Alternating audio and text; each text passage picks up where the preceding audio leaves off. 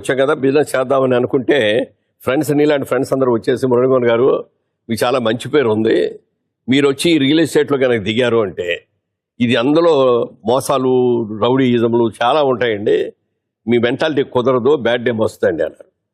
నేను ఒక మాట చెప్పాను, సార్ కాయిన్కి రూపాయికి ఒక పక్కే చూస్తున్నారు, నేను రెండో పక్క చూస్తాను. మీరు బొరుసు చూస్తున్నారు, నేను బొమ్మను చూస్తున్నాను. ప్రతి వ్యక్తి కూడా నాకు అనేది ఒక ఇల్లు కావాలి, నా సొంత ఇల్లు, అది పూరి గుడిసి కావచ్చు, లేకపోతే డాబా కావచ్చు, మేడ కావచ్చు, భవతి కావచ్చు, ఇది నాది అని అనుకుని మడత మంచం మీద బయట వేసుకొని చెట్టు కింద పడుకున్న అదొక ఆత్మసంతృప్తి, ప్రతివాడి కళ. అలాంటి కళను నిజం చేసేటువంటి వ్యాపారం ఇది.